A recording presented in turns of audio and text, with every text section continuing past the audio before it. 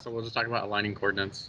Um, Really, what coordinates are, it's just a 0, 0, 0 point in space. It's really just a Cartesian um, abstract idea of having an origin, and really the distances between points is what creates space in architecture or a 3D model.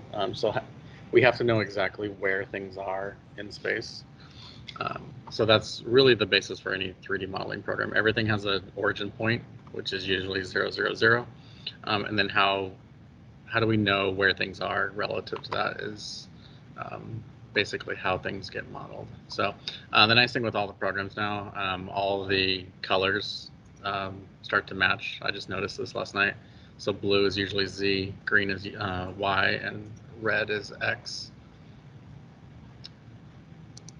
Um, so one of the biggest problems we have is the world is a spherical place and 3D space is Cartesian. So it's cubical, it's flat, it's straight, and the world is not those things. So modeling poses a challenge because it's hard to locate things. And that's really where GIS comes in, is that using the different plats, we can start to geolocate our 2D, 3D models into space. Um, and really, at its most basic, every program's 0, 0, 0 point, that's where things come in. So if you have something modeled in SketchUp at the 0, 0, that's going to come in at the Revit origin. Now, what gets tricky is that Revit's origin point is usually hidden. You cannot see it up until 2020 even. Like you really just have no idea where it is. They allow us to now view that icon, and we'll walk through how to view it so that you know where things are coming in. For us, the origin point is in the upper left at level 1 is our standard. For most other programs, you can actually see it. So the grid is um, defining where the origin point is. The nice thing with GIS is that you can define where it is in the world too. So this is just a screenshot from Civil 3D, and we'll kind of walk through how to take a CAD drawing that was modeled in 3D, in Civil 3D, and how to apply the coordinates if they didn't give it to us. Sometimes when we receive a drawing from Civil, it's either exported or something, and we lose that data. So it's actually pretty easy to figure out where it is. You might have to go through a couple different options until you get it right, and I'll kind of show you how to do that. And then I'll walk through each of the different programs. I have a slide for kind of each connection to Revit, the best process of how we're going to do things. So with AutoCAD, it's a direct link into Revit. The black lines indicate a direct link. The magenta is more of you have to export it to get it. So AutoCAD comes in directly. You link it by its origin point. So it's going to come in where that origin is to where this origin is. For Revit, go in the opposite direction. You have to export it as a DWG. Typically, we link CAD in, even though there's an option to import CAD.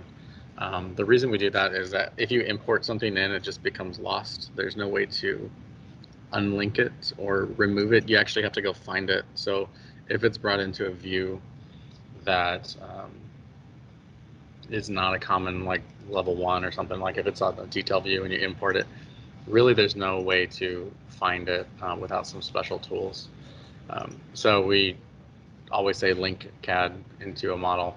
Now, if you're doing it into a family, you have to import. There's no option to link. So that's acceptable. When you're in the Revit family environment, it's acceptable to import that in. The nice thing with going back into AutoCAD, with Revit, it depends on which view you're in. So if you're in a 2D view and you export to DWG, it's only going to export 2D line work. If you were in a 3D view, then you will actually export 3D shapes. So this is useful for AutoCAD. It's useful for 3D Max and pretty much any program that can receive a 3D DWG. You need to be in a proper view. So a 3D view is recommended. For SketchUp, There's two different ways to bring it into Revit. You can actually link directly into Revit now. Again, it's going to go origin point to origin point. We don't recommend doing this. Same reasons. It's going to be imported. Once it's in, it's in, and if you lose it, you have to use some special tools to find it. What we do recommend with Sketchup is to import it into our Revit family and then bring that into a Revit model. The problem with Sketchup, there's not really much layer control once you're in Revit. Back in AutoCAD, you actually have full control over all the layers. So you can selectively turn layers on and off within Revit. I don't think we have that with Sketchup. They might have changed that recently, but you didn't used to. With 3D Max, it's kind of the reverse thing. You can bring in Revit directly into Max. You cannot bring Max directly into Revit, though. You have to export it to DWG. There's really no reason to bring Max into Revit, I don't think, except for coordination. It's really more of an output for Revit, or for Rhino for that matter. It's a better rendering animation tool. Only for select complex stuff would we bring in Max into Revit, but we could also accomplish that with Rhino as well. For Rhino, it's similar. We can directly link Rhino into Revit now. And by link I mean import. You can import a Rhino file directly into Revit. Again, we wouldn't recommend doing that. We would recommend importing it into a Revit family. But if we're just doing it for coordination purposes, you can just import it straight in. But if we're doing stuff like Penn State, the parking garage, so each of those panels was a different Revit family, different Rhino object, you can export those and bring those into specific families. So let's get into, I think I had one more. So Civil 3D, you link it directly in. It's just like AutoCAD, basically. The only difference between Civil 3D and AutoCAD is that there is GIS data associated with it. There is some 3D modeling capabilities as well within Civil 3D, but for these purposes, it's essentially AutoCAD with GIS. And if you've worked with CAD, you've noticed sometimes when you zoom in, things start to jump around and like a curved line starts to move and you can't really snap to it of a CAD drawing that's linked. The reason for that is kind of going back to what we talked about at the beginning, is the coordinates of the two objects are always referenced back to an origin point. So as this distance gets really far away from the origin point and this angle between them becomes really small, the calculated distance is, it's geometry. It's a length, it's an angle, it's another length. So this distance, if the computer's rounding off, it could be 0.000000001, but when you're 20 miles away, that extra millionth degree right there is really going to start to, it doesn't know what to do. So when you're zooming and the CAD looks like it's jumping around, the reason for that is because you're far away from the origin point. Let's jump around into Revit and see what's going on. So,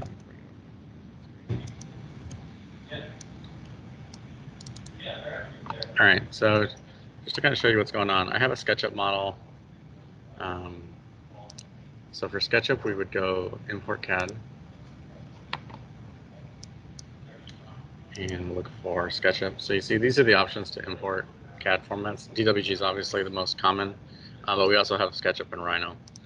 So for SketchUp, I put a box in it. The corner of it is on the origin point. So we bring it on internal origin. We don't have other options like survey point or base point. So if I do that and go to a 3D view, which let me get rid of that, you notice that the box comes in here. Now you can't see the origin point, and this is standard. This has been standard in Revit for years. To see it now in Revit 2020, you go to VG, go down to Site, and now you have internal origin along with base point and survey point. So we're just going to turn all those on. And you'll notice that the origin point is right there. So that is really, it's basic. That's where it's coming in. So if we do the same thing with a CAD drawing, so this is just basic CAD. Origin point is pretty close to the bottom. So if I look at the CAD, draw a line from the origin point, you'll see it's down here next to that box. And if I go back here, you'll see that the origin point is next to that box. So for most programs, it just comes in based on where those origin points are. There's no way to move the origin point in Revit. It is a fixed. In any program, there's no way to move it. What Revit does offer is survey points and base points. The reason for this is we want to have control over what elevation we want to show.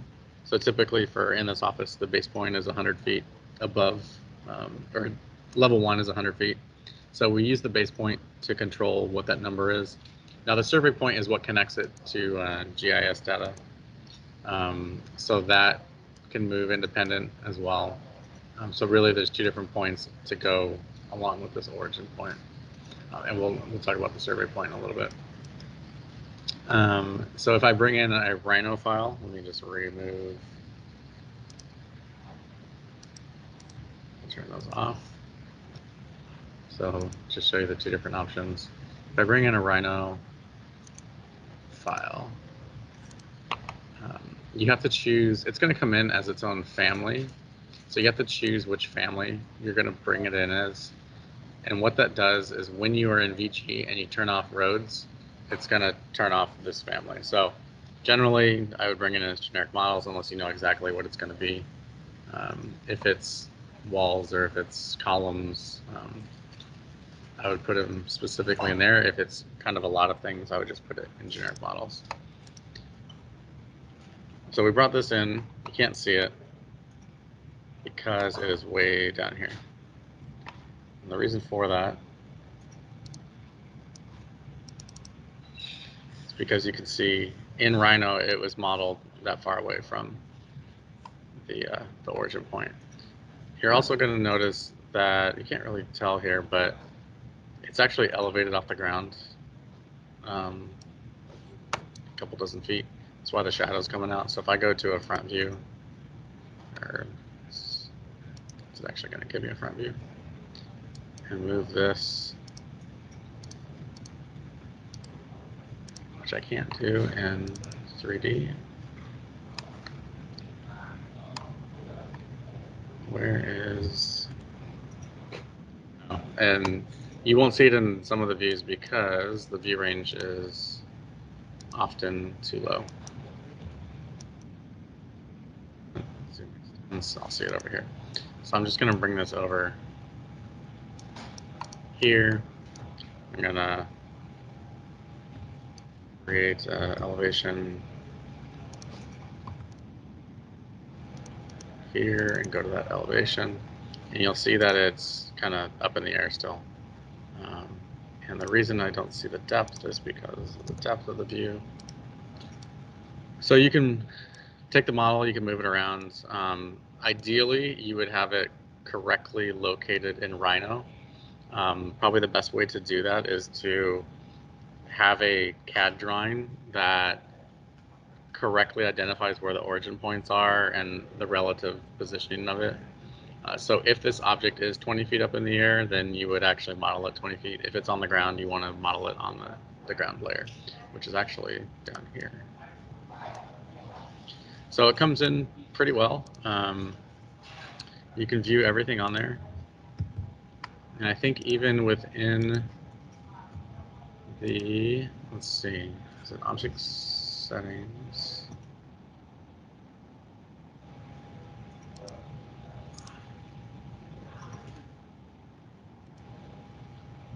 There is a way to control some visibility of it. It might be within the family. So similar to bringing in SketchUp and whatnot, you probably want to bring this into a family first. So what I would do is I would insert import CAD, generic models. It is.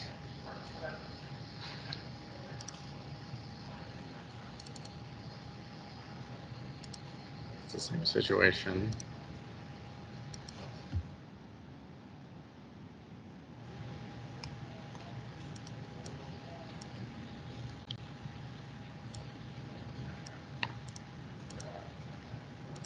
Okay. So now when we go, it's interesting. Because before I could, last night I was able to actually turn off layers, and you can actually control materials. So I'm not really sure what is going on. Let's try this one.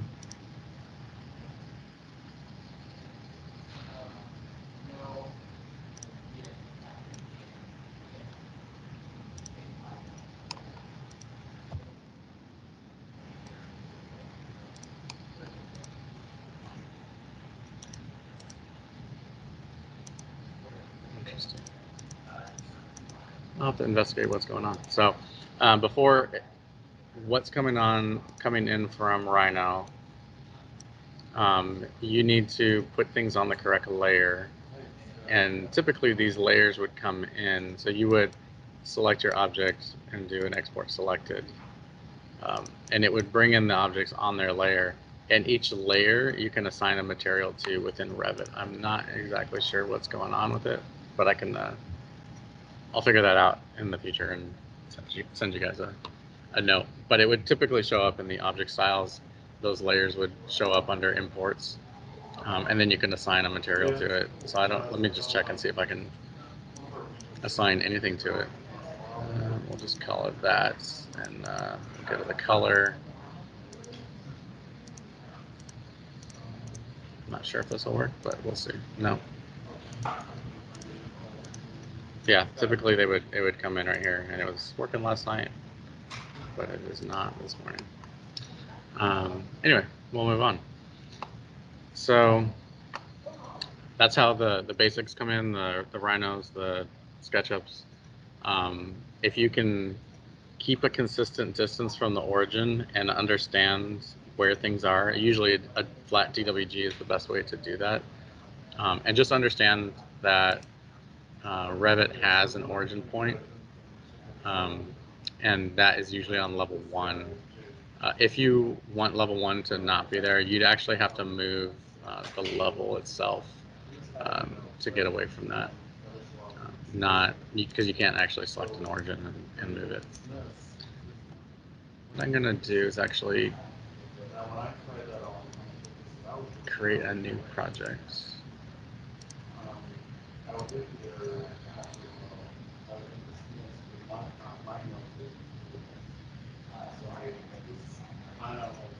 And we're going to walk through kind of the Civil 3D process here.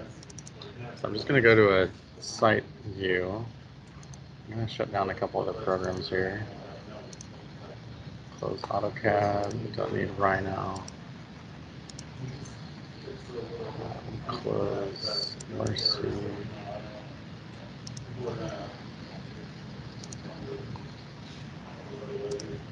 Okay. So this, I'm sure Frank has seen this many times. And this is actually, I kind of played around with it with Revit as well. And there's some stuff added back into it. But this would be a something we might receive from a civil drawing. When you bring it into CAD, right now it's not actually civil drawing, it's just CAD. But if I link CAD and do sample CAD and bring it in internal origin, it's just coming in here. Now, if I am in CAD, it's the standard, origin is way the heck away from everything else. So what's happening is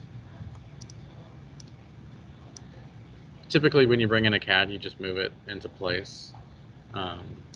But with a civil drawing, we don't want to do that. I mean, we do want to do that, but we want to be cognizant of what's actually happening. So with a CAD, it really doesn't matter because it's just kind of a dumb file. The origin point is somewhere way down here. And starting, we'll be releasing a document in a week or so that kind of outlines how to set your origin points to match it, kind of the old way, the dumb way. But now that we're using Civil 3D, we do have some new methods to doing that. So in Civil 3D, we would take this file, and we know the origin point's way away, so we know that it's probably based off of a coordinate system.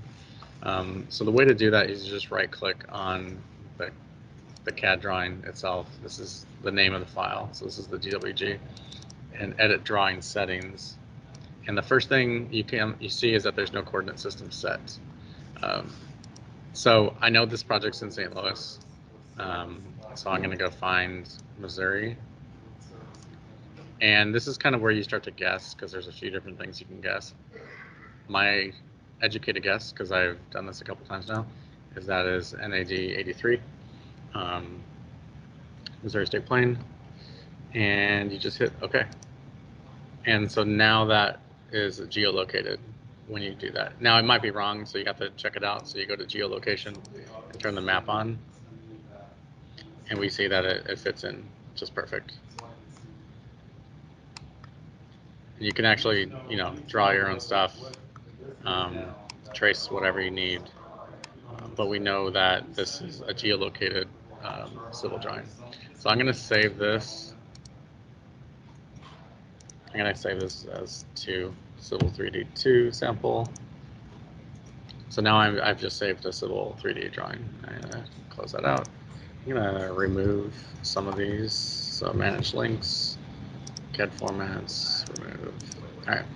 So same process. I'm going to link CAD. I'm going to bring in that file I just created. There's no short coordinates yet, so I'm just going to click on, it doesn't really matter. So if I do center to center, it's just going to come in same as before. Now, what I want to do, let's say this is the building I want to mess with. I need to move that down and orient it to how my project base plane is set up. Right now, this is set to true north this way, so we're going to fix that and set it correctly, I guess. It'll make sense as soon as I do it. So I'm going to rotate this. I could do an align and click that. So now it is oriented properly on the sheets, more or less. But now, like, true north is kind of going off at an angle, so it's not correct that way. But the working plans are all fine. It's just when it's set to true north, it's not correct. So what I need to do is go to Manage, Acquire Coordinates, and then click the DWG. So what that did was acquire coordinates from that DWG. And I believe it even, yeah. So it acquired the GIS coordinate system. It acquired the latitude, longitude. It knows exactly where it is in the world within Revit. If I turn on my project base point, my survey point, my internal origin, you'll see that they're still at that point, but if I select the survey point, it now is relative to the 0 point of the civil drawing. So if I come into the Annotate tab now and do spot coordinates, let's see if I can get it to actually. It's interesting. So I'm not sure why it's doing that. I'm not sure why it's going to that point, but that's the northing and easting from that 0 point. And now, again, I can take this survey point. This is when you would, if you have a benchmark on the site, let's say there was like an identified benchmark sitting right here, you could actually take that civil or survey point, you would unclip it.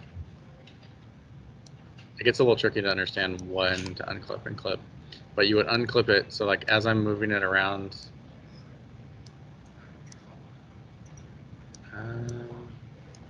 is that number changing?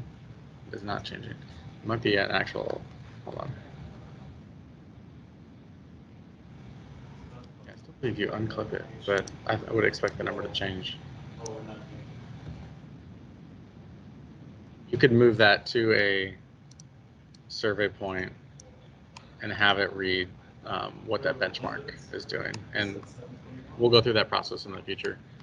But this is kind of how you get things lined up. So now when I'm back in my plan view, it's still oriented by the project base point and like a project north. So it's still set to project north, and then the site plan is at true north. So it's got the correct thing. I just tested this out, but I know I had worked at before. That's why this is showing. If you export your Revit drawing now into CAD, it should line back up with Civil when you bring it back in. It was not working a few minutes ago, so I don't want to just recreate something that's not working. But we'll have that process all lined out in the next couple of weeks. But that's really how Revit and Civil 3D talk to each other.